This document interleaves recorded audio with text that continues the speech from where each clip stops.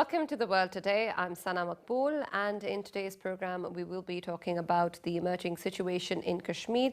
And with that regard, we will look at the statement by India in which they have said that they will be occupying Azad Jammu and Kashmir one day and they do have physical jurisdiction over the area. Pakistan, of course, has strongly condemned this statement and has also called upon the international community to take note of this aggressive posture. We would also be talking about President Donald Trump's statement to meeting Imran Khan and Narendra Modi in the next few days, and also saying that a lot of progress is being made in this regard. We'll try to figure out exactly what he means by that and whether or not a tangible meeting will come out between Trump, Imran and Modi. Also, we will be discussing the IMF program, which according to Jihad Azur, who is on a visit, is off to a good start and cannot be revised only after 3 months.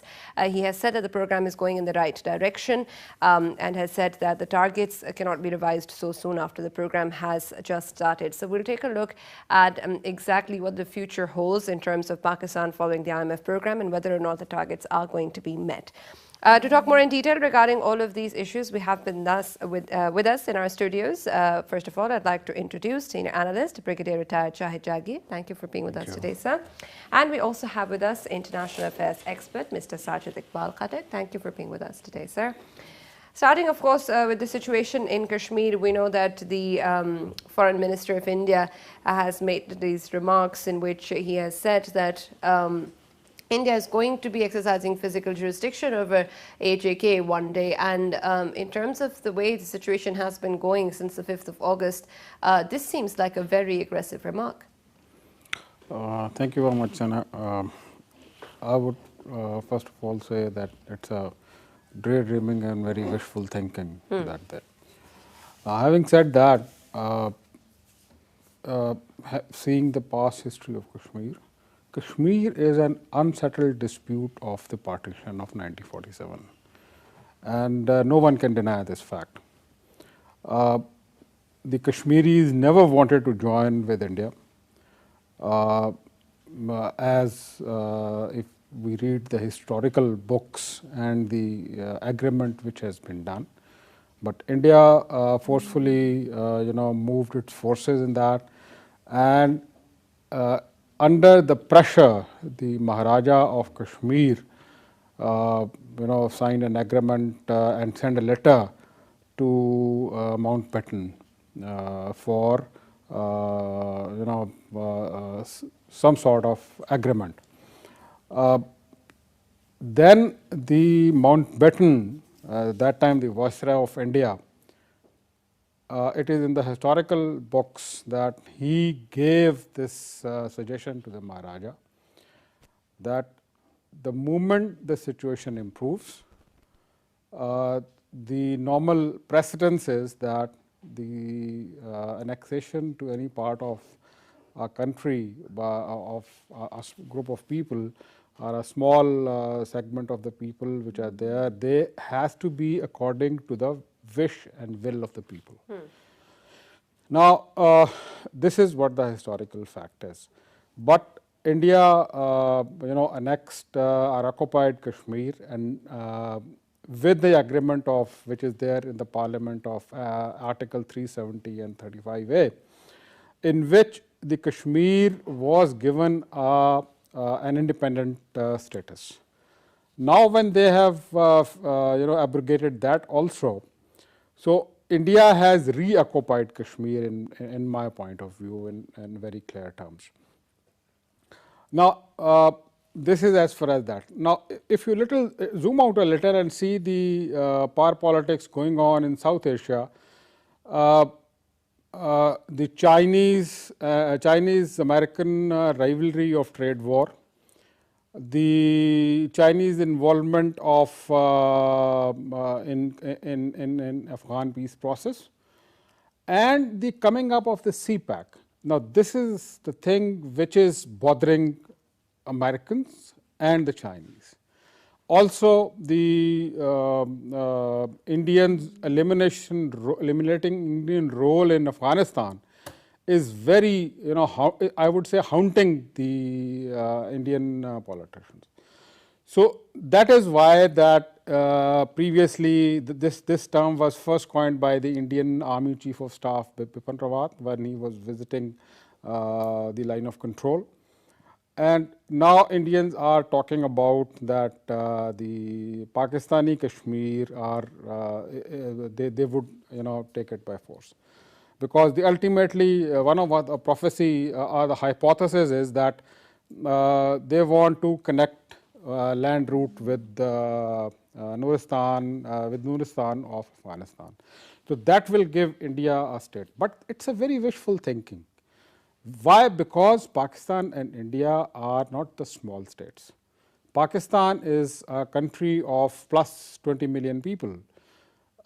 It has a lot of resources. It has been placed at the rim of South Asia. It is a very important country for the world to know.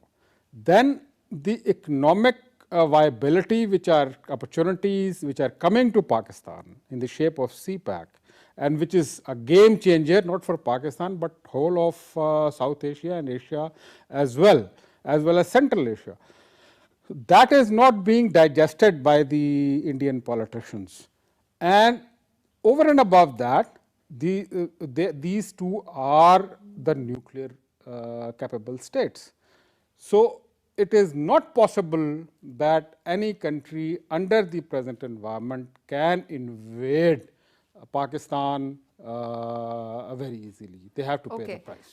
But of course, when we see the situation since the 5th of August and the warmongering that has been going on from the Indian side, and plus we've seen Modi's regime and how volatile it is, given all of these facts, and of course that the issue is between two nuclear armed states, do you think that such statements by India are responsible, and whether or not the threat of any accidental war escalating is being taken seriously? Because when we see such statements coming in from the Indian side, then we can expect anything from them.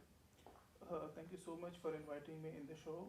Basically, this is quite natural. When a country gains power, its international recognition increases, its power increases, it is natural that the country will behave offensive. You see Donald Trump, the President of the United States, he has been constantly changing his opinion, his position about Kashmir, about Afghanistan and some other regional and international issues. So this is natural.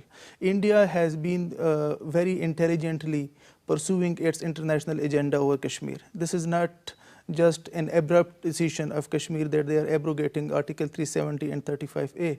They have been doing efforts about that for the past 70 years. You see, they have slowly opened up their trade to the world. They have, in the past Indian regime, they have gradually increased bilateral relations with the Arab countries.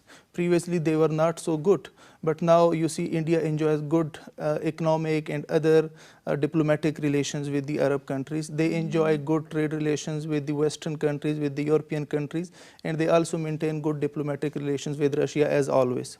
So they have slowly, increased their international importance. Now they think that this is the right moment to just hit on the issue of Kashmir. So now they have done that, and the thing which should be concerning for Pakistan is that the United States, although Donald Trump has offered mediation between India and Pakistan over Kashmir, but he has not condemned Indian act of the abrogation of Article 370 and 35A. This is very important for Pakistan to understand that the United States wants a status quo. They have diplomatically realized, and they have accepted this fact that now Kashmir is part of India, and Pakistan should do negotiations with India. Furthermore, at the moment, do not talk about Kashmir, do not talk about this act of Indian constitutional changes, and just move on. This is something very concerning for Pakistan. And you see every international community, international main countries, they are basically condemning Indian acts of human rights violations in Kashmir. We do acknowledge that, and it is, indeed a moment of sigh for Pakistan, that a sigh of relief for Pakistan, that the international community is at least raising voice for Kashmiris. But the thing is that we are not only concerned about, of course we are concerned, but the thing is that India has violated international law. India has violated its own, constitutional agreements with the previous Kashmiris leaders, which they have done with Hari Singh. So you see, at the moment, the need of the hour is that Pakistan should realize the international community, and the coming UNGA meeting is very crucial in terms of that. That India is not only violating human rights in Kashmir, but India has, changed the historic position of Kashmir. Now you see the recent statement of of Indian officials about the Azad Kashmir. They say that we will soon be, physically controlling the Azad Kashmir. So this is basically the reflection of the fact that India see itself as a regional power. India is no more considering itself as a rival of Pakistan. It is seeing itself as above Pakistan, as a regional power. So Pakistan at the moment, I think we need to intelligently counter Indian diplomatic efforts, India internal policies, so that we can, come up with some solution for Kashmir. The situation will not improve until and unless Pakistan comes up with its own solution, rather than only relying on the international community. Okay, we'll talk more about the USS role and the USS role in this regard, and of course the UN General Assembly session on the sidelines of which we expect perhaps a meeting to take place. Talking more about the fact that, of course, these policies and these statements by India, as the spokesperson of the Foreign Ministry also said, that is showing the true character of India, and that it cannot really talk about the pretentious stance of it being a secular democracy and all of that. But as Mr. Sajid Iqbal pointed out, the fact remains that India's relations with a lot of important members of the international community remain intact. And so when that happens, do you think there is any real pressure on India? Of course, there are human rights violations, condemnations, but if there is a stance of this issue to be resolved bilaterally, then we're not really looking for, we can't really expect real support from other members of the community, can we? Look, I had a little different sort of opinion than my colleague is that, one, the world see India as a commercial market because of its population, because of the corporate companies, big corporate companies coming to India for their business, and Indians, more than that, the Chinese Americans policy of China containment. Anything at the moment, at the world level, as far as the US is concerned, anything which helps to contain China's progress will be, leading toward one of the major objectives of the USA. Secondly, India always had a dream of becoming a regional player. And for that, India has been dominating the smaller countries around it, may it be Bhutan, may it be Nepal, may it be, a smaller country on the side, Sri Lanka as well. But Pakistan, has been a stumbling block in Indians, dream of regional power because of its, strong army, because of its, natural resources, because of its alliance toward China. So all this, the Indian dream will stay as it is, to have to be a regional, master of South Asia. Now coming on to your second part of the question was that the one thing is that India has always in past 17 years have talked about that it's a bilateral issue between Pakistan and India. Now bilateral issues are always settled when two sides talk to each other. They do not use proxy wars against each other. it is only then that Pakistan has time and again said, irrespective of the government which is there in Pakistan, has always welcomed the talks on Kashmir issue. Except this time when they put certain conditions. Yes. No. General Musharraf was very close to finding out a solution to this. And Agra summit is there on the history that at the 11th hour it was the Indians who broke away, not the Pakistan. Now, at the moment, Pakistan has rightly brought up the issue. People at the world level, all those, the big Gs and permanent fives and United Nations, they all recognize now that it's no more a bilateral issue. The offer of the President Trump, of talking to both the countries, leadership of both the countries, and offer of mediation is itself evident that the issue has been no more bilateral. The voices are being heard, but they just turn their face away because of the great power game which is going on in Asia. One. Second, the corporate interest of all the developed worlds and the liberal world in India. So that is why they at the moment do not want. And the third most important thing in this is the China containment policy of the USA, the trade war between USA and China. It is in South Asia, it is only India which can stand up, and India is always very on the forefront to confront with China on the trade. You see, in a couple of weeks back, there was not a clash between the soldiers of Chinese soldiers and the Indian soldiers in the dark area. Now, these are things which shows the intentions of the Indians. Now, coming on to your last part of the question, I think in my personal view, we have highlighted the things. People know about it.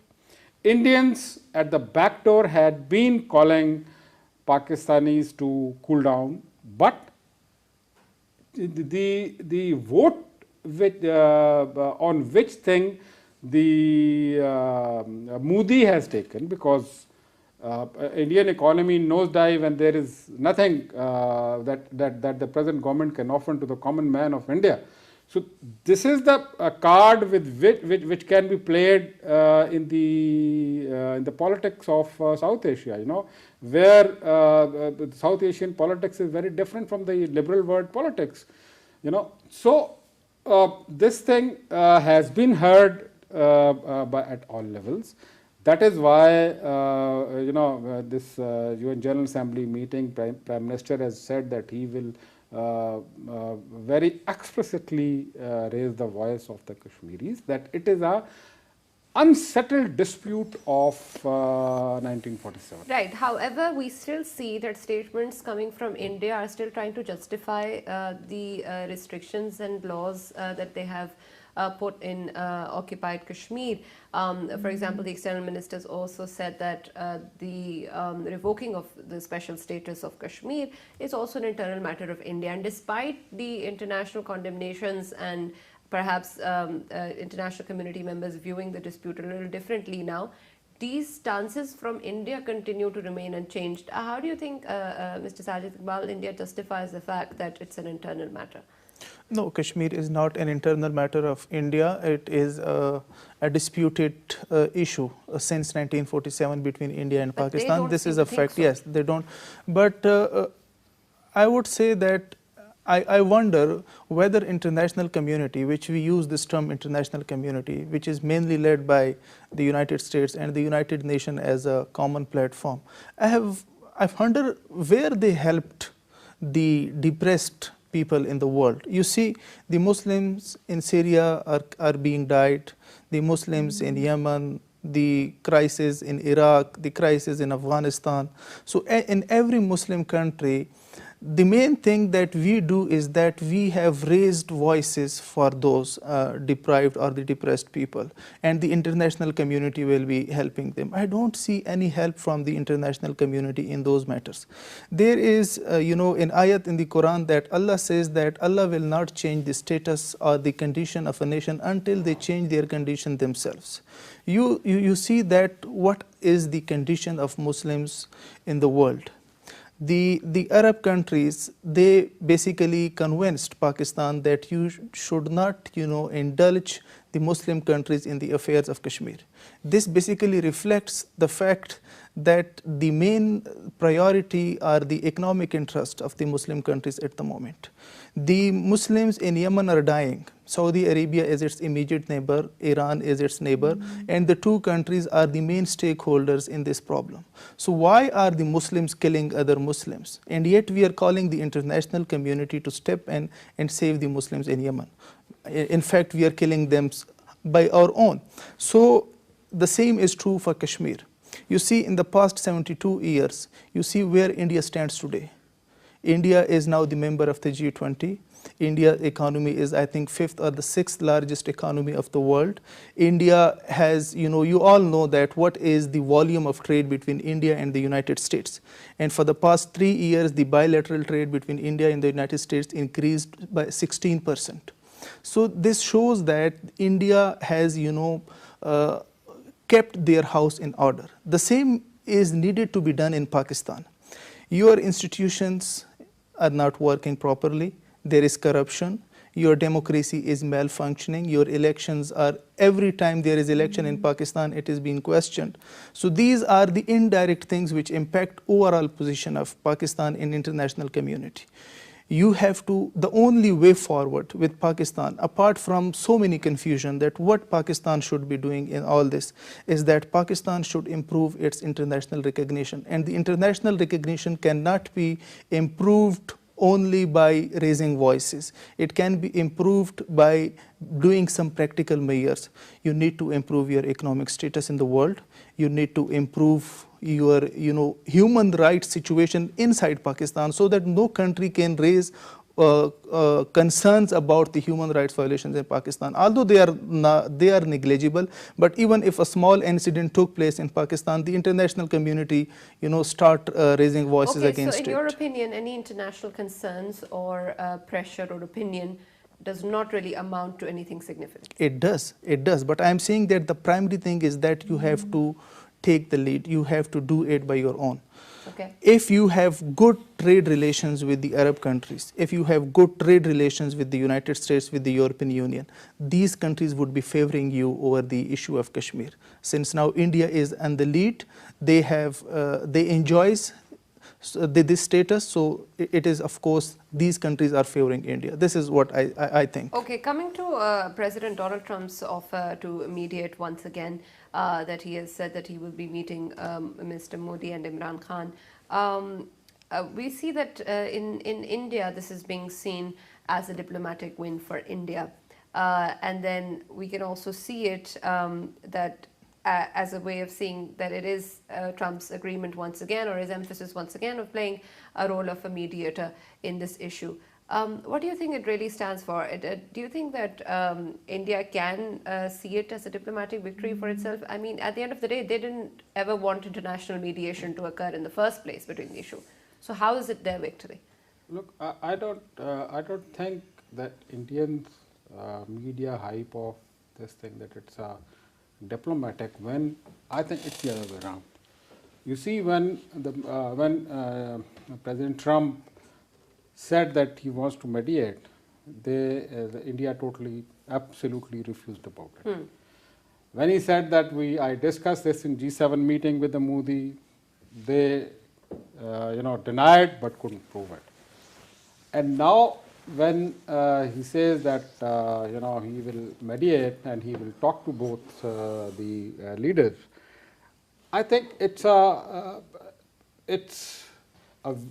diplomatic win, not of India but of Pakistan, because we are propagating that it's no more a bilateral issue. We say that it's a historical dispute. the world powers must intervene and prevent the disaster which the Indian government's activities are, committing in Kashmir. So I see it the other way around. What comes up in the meeting now, definitely President Trump and the American media, there is a pressure on the American president also from its the congressmen, which have very categorically, talked about the human rights violation in the Kashmir. Today is the 44th day of the curfew which is there. So I think that the issue of Kashmir has a prospect. If settled, it will bring an enormous opportunities of development, prosperity, human development in Asia. If not handled correctly, this will bring a disaster for not only for Pakistan, it will engulf the whole Asia, Afghanistan, Pakistan, India, smaller countries, and maybe the Central Asians as well. So it is the need of the time that all those who are at the helm of affairs, especially at the world level, they must see the gravity of the situation and convince India to stop the inhuman acts in the Indian occupied Kashmir and come to the negotiation table, because the issues are always resolved at the negotiation table, not in the battlefield. The battlefield or the war creates the condition for the diplomatic people to come in front after creating of the condition, sit on the table, and then decide about the thing. Now, why not you decide the thing before you go into that cycle of the war, right, and help the people, both India and Pakistan, to progress. In India, there is a lot of poverty. Pakistan needs economic stability. Indian economy is nose down, and still the Indian, all the political leaders are, beating the war drums. But this is something which is a madness, and the people in the liberal world, they must realize that this effect will not restrict to Asia, because Asia is the economic engine of the Europe and American at the moment. The moment this engine stops working, it will have a direct bearing on European Union, on England, on Americans as well. So I think the good sense will prevail, and Trump will talk to President Modi and Prime Minister Imran, and some way is found out where they can one, stop the brutalities which are being committed in the Indian occupied Kashmir, and then sit on the table to decide about the future of Kashmir. Okay, also another part of Donald Trump's statement said that a lot of progress is being made in this regard. Some say that this might be pointing towards the fact that perhaps Mr. Trump has been engaged with both the sides, even though India has often stated that it does not want international mediation on the issue. Do you think that's a possibility? I wish if this is the case that a lot of progress is being made. I don't think so, because you see there is no normalcy in relations between Pakistan and India, and Pakistan has recently avoided direct negotiations with India over Kashmir. Because without India's consent, this meeting cannot take place. Yes, of course. But I would like to add here that we need to see the situation in Kashmir, in Afghanistan, in a broader way. The international relations at the moment are not that simple. It is so complicated. You see, people are talking about the withdrawal of the United States from Afghanistan. I'm talking about this because this issue is linked with the issue of Kashmir, and this all regional issues are interconnected. All those people who think that the United States will so easily withdraw from Afghanistan, I think they're living in a fool's paradise. It is not that easy. The United States is a world hegemon. It is a world power. It has interest in each and every corner of the world. It has interest in Pakistan, even in smaller countries like Nepal, Sri Lanka, and Bhutan. It has interests everywhere. The United States cannot left Central Asian region to Russia and China to go and penetrate. So there is no other reason for the United States to stay in South Asia but Afghanistan. The United States will stay in Afghanistan in one way or the other. And I had previously predicted that the negotiations between the United States and the Afghan Taliban, there were some disagreements among Taliban groups about the peace talks with the United States. Some groups were against those peace talks. And it was being said by some of the analysts that the United States will take those negotiations to the higher level, and at the end they will withdraw. And this will result in the inter-Taliban groups rivalry. The differences between different Taliban groups will increase.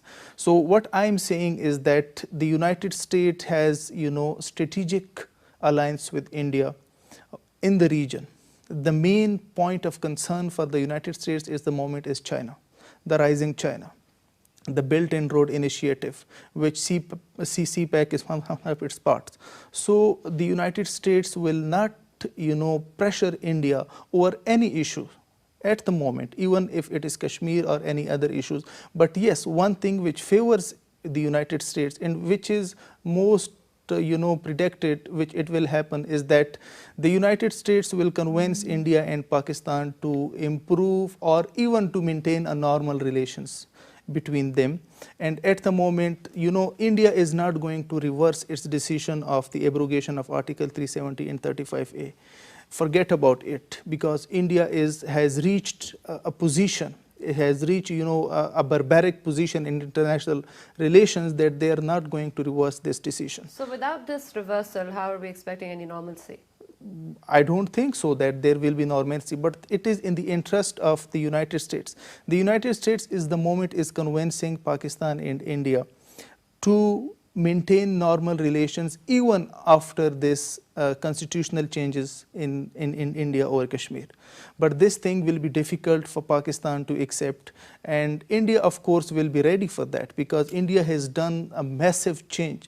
And they were looking for that change for the past, so many decades. So now they are done with that. And now India, whatever will come in favor of the normalcy of bilateral relations between India and Pakistan will be in favor of India, because they want this change to remain silent for some time, so that after some time the Kashmiris will accept it and the international community will accept it and things will go on. But I think that the regional and international issues are interconnected. Afghanistan's issue, India was from the day first against the peace talks between the Afghan Taliban and the United States. They were saying that the Afghan government should be taken on board, because they have strategic interests in Afghanistan. They enjoy good bilateral relations with the Afghan government. So all of these, and of course the United States is also a main stakeholder in Afghanistan. So this triangle between India, Afghanistan, Afghan government, by Afghanistan means Afghan government and the United States, they have trilateral interest in the region. And I must say that the United States is always going to favor India over Kashmir vis-a-vis Pakistan. Sir, do you think that that statement by Mr. Sajid seems to be a potentially possible scenario in which we see that perhaps any sort of normalcy between India and Pakistan can be expected without any reversal, even though we know that Mr. Shah Mahmood Qureshi on various occasions has said, even in the UN Human Rights Council, that they would want to have a reversal of these articles, the abrogation of these articles, before any dialogue can take place between India and Pakistan. Look, irrespective of whatever my colleague has talked about the regional environment, there is no doubt that India has a big, has a weight in it to dictate, trying to dictate the terms. But yes, what we are talking about is that if we accept this, that okay, abrogation of Article 370 and 35A, okay, we will live with it. So then what we are fighting for? then that is what the India wants. That Right. whatever I have done, the people, not only the word, but the Pakistan should accept it. And all this momentum since 5th of August will And be it lost. is not possible. We have on the very first day I have said that irrespective of the word opinion, we will stand by the Kashmiri. That is what the Prime Minister has said. That is what all the politicians, despite of having their political differences between each other, that is what the army chief has said, that whatever happens, we will stand by the cause of Kashmir. And why should not be? Because Kashmir is an unsettled dispute of India. Kashmiri people wants to join Pakistan. Their shohadas are being wrapped in the Pakistani flag in India, and there is slogan, and they flutter the flag of Pakistan over there. Now, why should, irrespective of what the Muslim word says, what the word says, but we will stand by with Kashmir, and we will try to do what is the utmost as far as the help of Kashmiris are concerned, diplomatic, moral, and at the international level. Also, we will never back down. We will never back down because this is an unsettled dispute. Whatever India wants, they are doing it as far as their national interest is concerned. But we have to do what is in our national interest.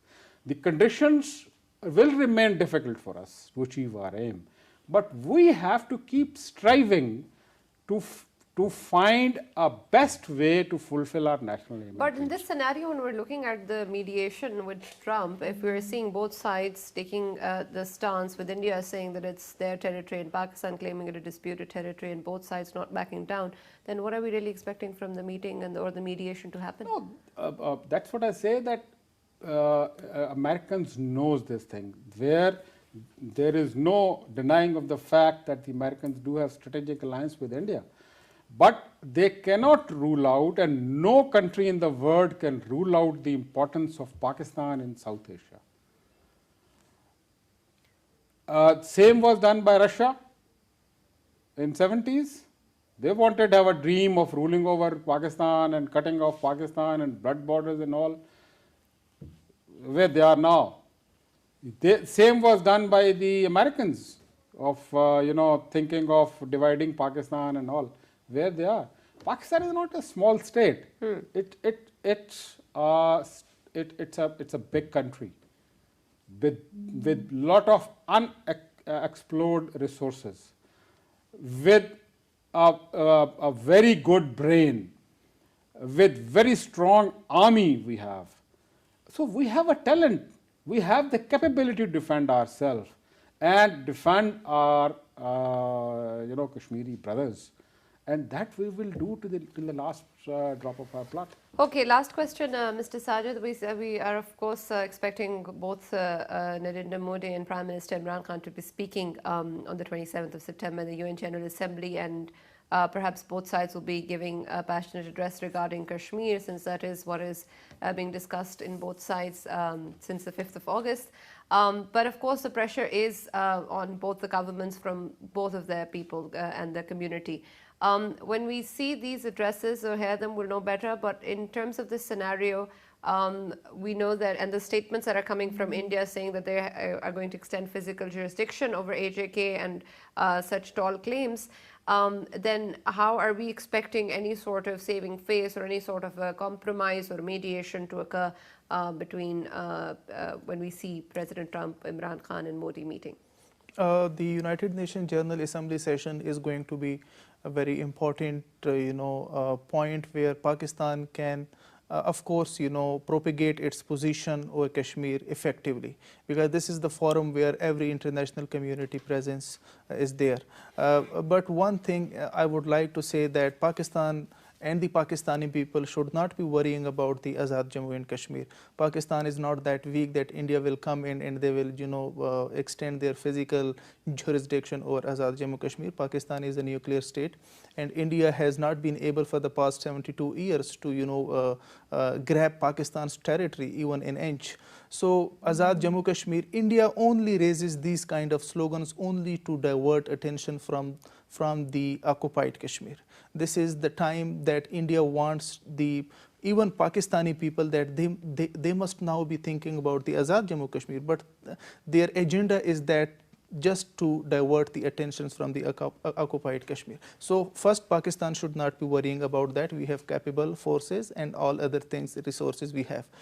I think that the way forward for Kashmir at the moment with Pakistan, as I already said, is that keep raising voices internationally for Kashmir, keep raising voices for the human rights violations in Kashmir, the Indian atrocities in Kashmir, but at the same time try to improve your own country in all domains. Try to improve, to increase your exports. Right. Try to cut down your imports.